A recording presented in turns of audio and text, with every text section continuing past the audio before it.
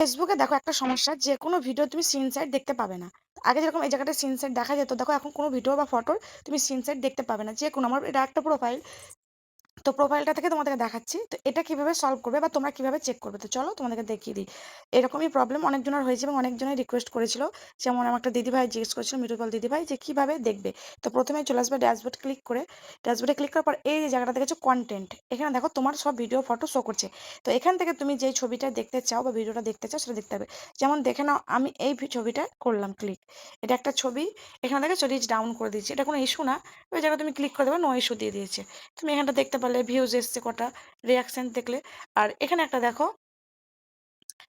একই ছবি অথচ দু জায়গাতে দিয়েছে, 174টা ভিউ এসছে। হুম, পুরো ডিটেলসটা দেখতে পারবে। এরকম ভাবে তোমরা সবগুলোই দেখে নেবে, তাহলে তোমরা খুব সহজেই বুঝতে পারবে। এখানেও দেখো প্রত্যেকটা ভিডিওরই দেওয়া আছে, প্রত্যেকটা ভিডিওতেই রিচ ডাউন করে দিয়েছে। আমার কেন যে করে এটা আমি বুঝতে পারি না। তো এটা কোনো ইস্যু না, অসুবিধা নেই, দেখতে পারো এইভাবেই। তোমরা সেন্সার থেকে এখান থেকে বেটার স্টেপগুলো দেখে নেবে, দেখে সেই হিসাবে ফেসবুক যেভাবে চাই সেভাবে তোমরা কাজ করো।